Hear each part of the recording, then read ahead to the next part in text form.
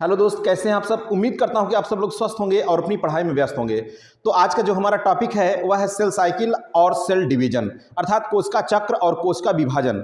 तो आज चलिए हम इस महत्वपूर्ण टॉपिक को समझ लेते हैं और आप सभी लोग हमारे साथ बने रहिए और आपको भरोसा दिलाता हूं कि यह जो टॉपिक है बिल्कुल आसान भाषा में आपकी समझ में आ जाएगा। तो चलिए शुरू करते हैं आज का जो हमारा टॉपिक है। तो देखते हैं आज सेल साइकिल और सेल डिवीजन आखिर क्या है। सेल साइकिल दोस्त, इसको हम कह सकते हैं कोशिका चक्र। क्या कहेंगे? इसको कहेंगे कोशिका चक्र, ठीक है। और सेल डिवीजन अर्थात इसको हम कहेंगे कोशिका विभाजन, कोशिका विभाजन कहेंगे, ठीक है। तो देखते हैं, आखिर पहले देखते हैं सेल साइकिल और सेल डिवीजन आखिर है क्या। तो सेल डिवीजन किसे कहते हैं, इसको अगर हम इसकी बात करें तो देख लीजिए जरा, यहां पर old cells divides form new cells, अर्थात पुरानी कोशिकाएं विभाजित होकर के नई कोशिकाएं बनाती हैं। पुरानी कोशिकाएं विभाजित होकर के नई कोशिकाएं बनाती हैं। इसी प्रक्रम को क्या कहते हैं? कोशिका विभाजन कहते हैं, अर्थात सेल डिवीजन कहते हैं। Old cells divide form new cells, ठीक है। और इसके संदर्भ में आप जानते हैं कि रुडोल्फ विर्चाउ ने क्या कहा है? कहा ओमनिस सेलुला ए सेलुला, ओमनिस सेलुला ए सेलुला, रुडोल्फ विर्चाउ ने कहा है। अर्थात इसका मतलब यह है कि कोशिकाओं की उत्पत्ति पूर्ववर्ती कोशिकाओं से होती है, ठीक है। कोई भी कोशिका अगर उत्पत्ति होती है किसी कोशिका की तो उसकी पूर्ववर्ती कोशिका से उसकी उत्पत्ति होती है। इसे किसने कहा? रुडोल्फ विर्चाउ ने, ठीक है। तो ये बात रही कोशिका विभाजन के बारे में। और सेल साइकिल किसे कहते हैं, थोड़ा सा इसकी डिफिनीशन को देख लेते हैं, बाकी आगे प्रोसेस हम समझते हैं, ठीक है। तो कोशिका चक्र किसे कहते हैं कि घटनाओं का वह क्रम जिसके द्वारा कोशिका का जीनोम मल्टीप्लाई होता है, गुणित होता है, तथा सेल के अन्य अवयवों के संश्लेषण द्वारा दो संतति कोशिकाओं का निर्माण होता है। इसे ही क्या कहते हैं? कोशिका चक्र कहते हैं। इसे कोशिका चक्र कहते हैं। और अब यहां थोड़ी सी बात करनी है हमको। आखिर कोशिका चक्र को लेकर के चलते हैं, विस्तार से समझते हैं कि आखिर इसकी प्रावस्था क्या है कोशिका चक्र की, अर्थात फेजेज ऑफ सेल साइकिल को देखते हैं। देखिए जरा, फेजेज ऑफ सेल साइकिल, कोशिका चक्र की प्रावस्था। तो सबसे पहले कोशिका चक्र की जो प्रावस्था है, इसको आसान करने के लिए, इसका अध्ययन सरल बनाने के लिए हार्वर्ड और पैले ने बताया कि जो सेल साइकिल होती है इसकी कितनी अवस्थाओं में होती है? 4 अवस्थाएं होती हैं, G1, S, G2 और M फेज, ठीक है। कोशिका चक्र कितनी प्रावस्था में होती है? 4 फेज में, G1, S, G2 और M फेज में। और ये जो G1, S, G2 है, इसे हम मुख्य रूप से कहते हैं इंटरफेज। क्या कहते हैं? इंटरफेज कहते हैं। और दूसरी हो जाती है M फेज। M फेज का मतलब है माइटोटिक फेज, ठीक है। तो फेज ऑफ सेल साइकिल की जो प्रावस्था है, इसको सबसे पहले सरल भाषा में समझाया किसने? हार्वर्ड और पैले ने। इसके अध्ययन को सरल बनाने के लिए इसे 4 फेज में डिवाइड कर दिया, G1, S, G2 और M फेज। तो G1, S, G2 इसे कहते हैं इंटरफेज, और M तो है कौन? Mitotic phase. तो इस प्रकार आप कह सकते हैं कि जो कोशिका चक्र होती है इसकी प्रावस्था 2 होती है, एक तो इंटरफेज जिसमें G1, S, G2 है, और एक M फेज, ठीक है। एक बात यहां जो इंपॉर्टेंट क्वेश्चन बनता है, वह क्वेश्चन क्या है कि nerve cell never divide after birth, जन्म के बाद नर्व अर्थात तंत्रिका कोशिका कभी भी विभाजित नहीं होती है जन्म के बाद। इस बात को आप ध्यान रखिएगा, बहुत इंपॉर्टेंट पॉइंट्स है। अब थोड़ी से हम सेल साइकिल को थोड़ा सा देखते हैं, इसको एक ग्राफ के माध्यम से देख लीजिए जरा। अब इसकी अगर हम बात करें तो यहां पर समझते हैं जो कोशिका चक्र है इसको हम समझते हैं। इसमें आप देख रहे हैं 2 फेजेज होता है। 2 फेज में कौन सा है?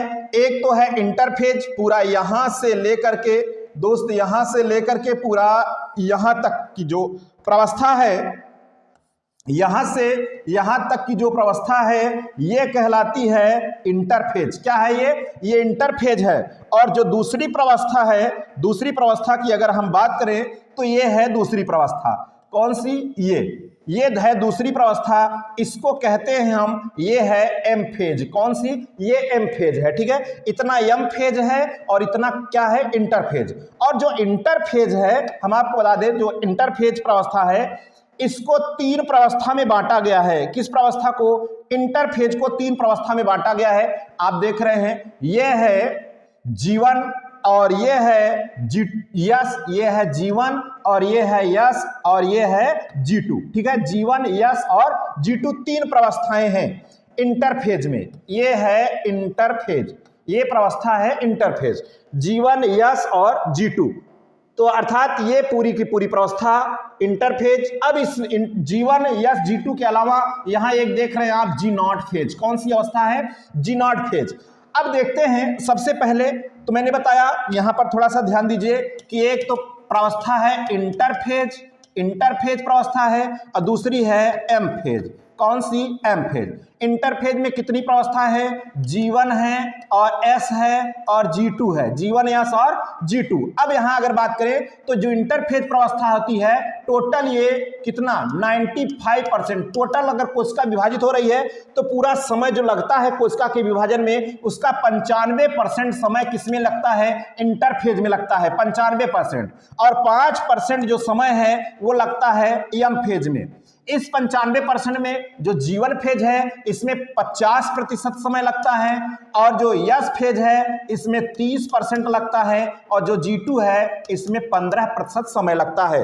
तो यहां पर आप देख लीजिए, बिल्कुल यहां पर ये G1 है 50% और ये है यस, इसमें कितना परसेंट? 30%। टोटल लगने वाले समय का 30% समय, और इसमें लगने वाले समय का 15%, और ये पूरा जो एम फेज है इसमें लगता है 5%। ठीक है,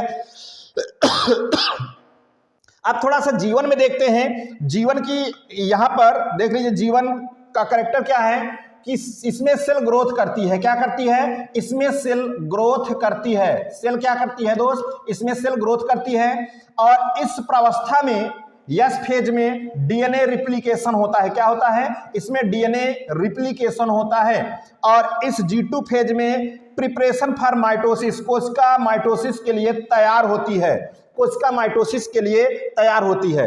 अब यम फेज को देख रहे हैं, ये सेल डिवीजन की यही प्रवस्था है यम फेज, और ये जो यम फेज है इसे माइटोटिक फेज अर्थात माइटोसिस कहते हैं, और ये 4 प्रवस्था में डिवाइड होती है। कितनी प्रवस्था में? 4 प्रवस्था में है।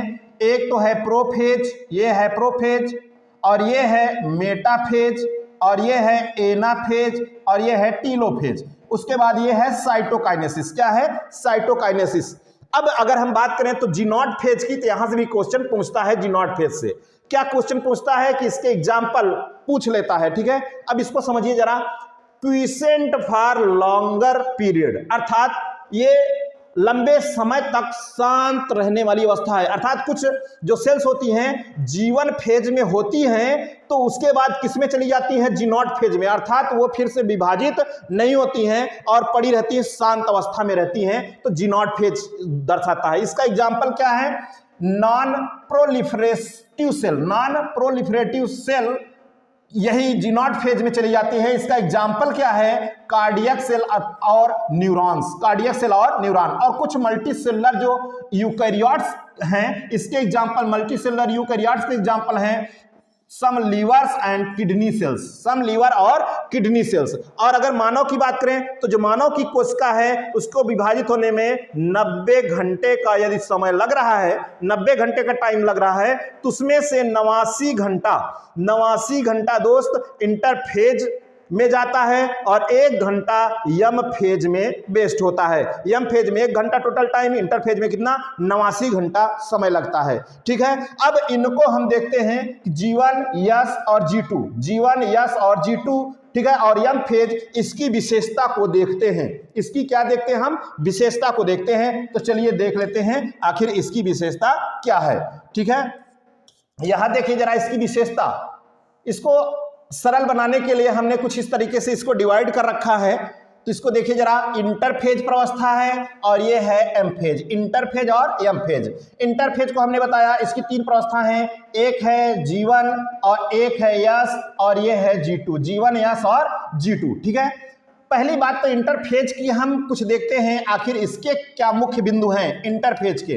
तो ये रेस्टिंग फेज कहलाती है। क्या कहलाती है इंटरफेज? ये रेस्टिंग फेज कहलाती है, और इसमें टोटल 95% समय लगता है, पूरे समय का। कोशिका विभाजन में लगने वाले कुल समय का 95% समय इंटरफेज में लगता है। और इसकी और विशेषता क्या है कि इसमें हिस्टोन प्रोटीन के संश्लेषण के साथ डीएनए रिप्लिकेशन होता है, डीएनए रिप्लिकेशन होता है और इसमें न्यूक्लियोलस का जो आकार होता है वो बढ़ जाता है, न्यूक्लियोलस का आकार बढ़ जाता है। ये रहा इंटरफेज की विशेषता।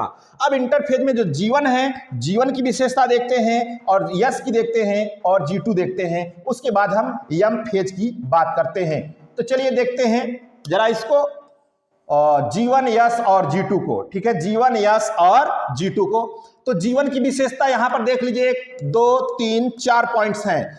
4 पॉइंट्स में देखिए, जीवन तुलनात्मक अध्ययन करते हैं तो ज्यादा बेटर होगा। जीवन जो फेज है इसे फर्स्ट गैप फेज अथवा फर्स्ट ग्रोथ फेज भी कहते हैं। जीवन को फर्स्ट गैप फेज अथवा फर्स्ट ग्रोथ फेज भी कहते हैं। और यस को क्या कहते हैं, सिंथेटिक फेज अथवा रिस्ट्रिक्शन पॉइंट अथवा आर पॉइंट कहते हैं इसको। सिंथेटिक फेज अथवा रिस्ट्रिक्शन पॉइंट अथवा आर पॉइंट भी कहते हैं यस फेज को। G2 फेज का नाम है दूसरा सेकेंड गैप फेज अथवा post duplication phase. Second gap phase अथवा पोस्ट डुप्लीकेशन फेज है, ठीक है। अब जीवन, ये तो उपनाम हो गए तीनों के। अब जीवन में कितना होता है, 50%, कुल समय का कितना 50% समय लगता है। इसमें कुल समय का कितना 30% समय लगता है। इसमें कुल समय का 15% समय लगता है। ये तुलनात्मक अध्ययन हो गया।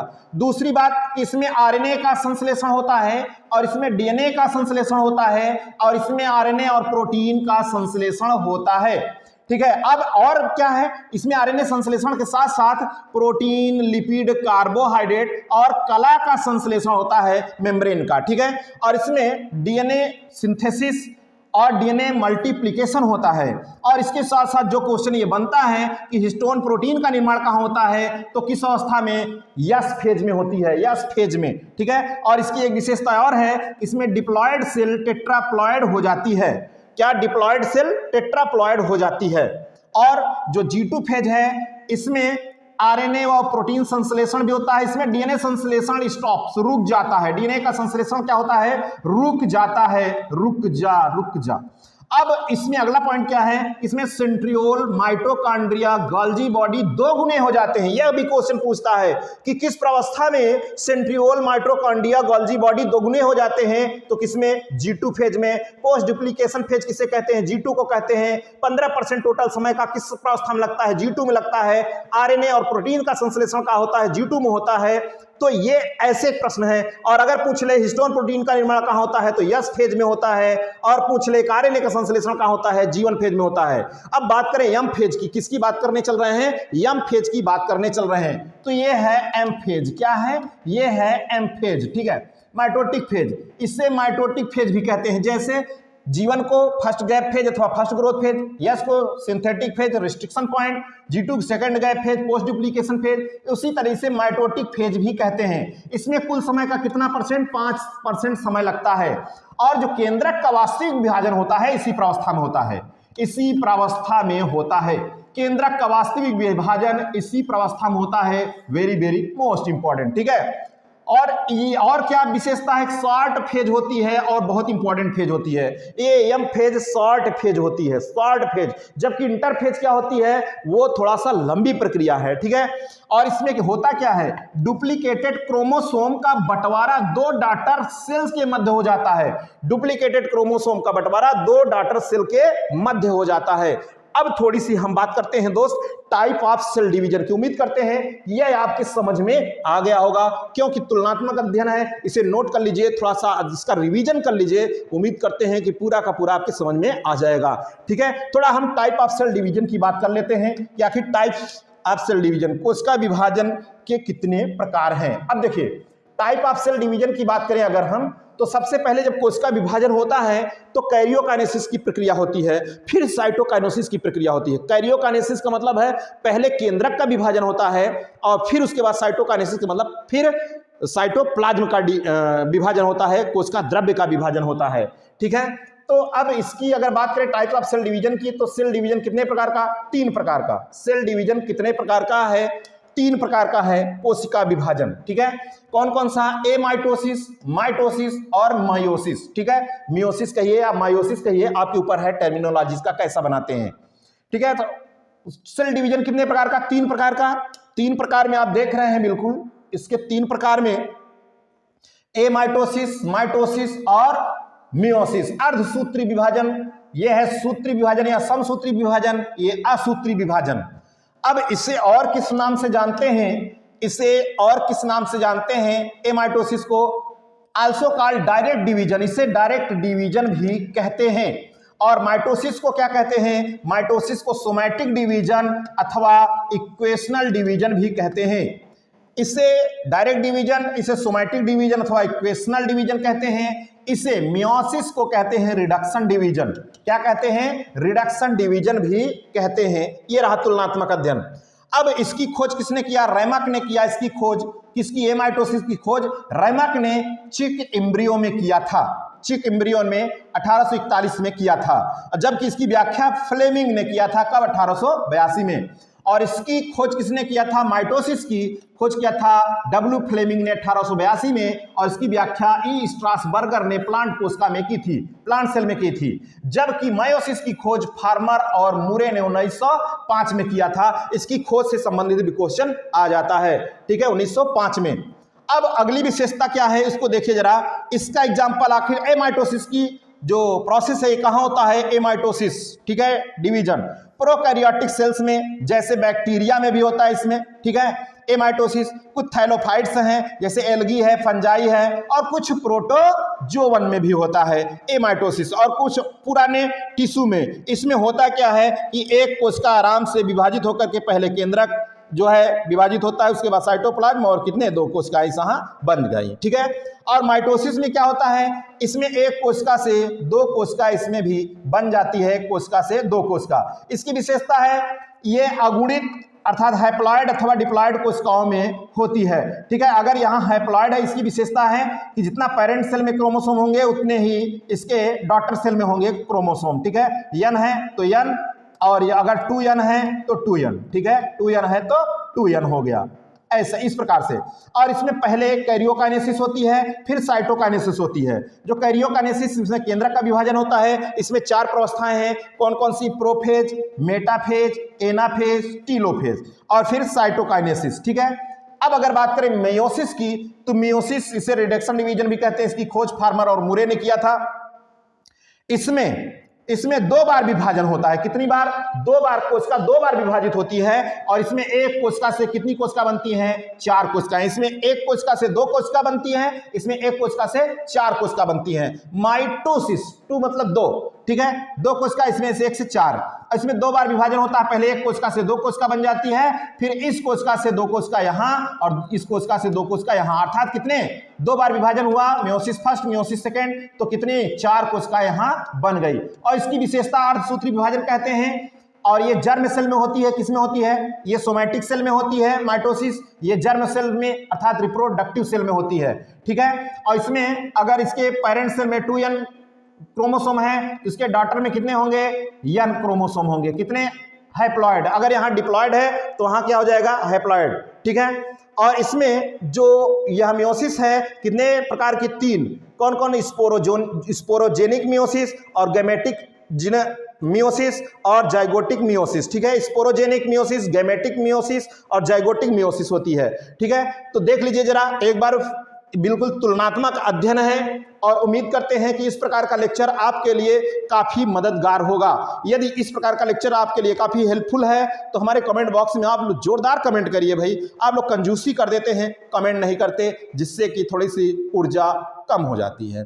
तो यदि आपको इसी तरीके से लेक्चर आपको प्राप्त करने हैं चाहिए तो जबरदस्त आप एक कमेंट जरूर करें। चलिए आज के हमारे इस लेक्चर में दोस्त बस यहीं तक रखते हैं, फिर मिलेंगे नए लेक्चर के साथ। ओके, थैंक यू, जय हिंद।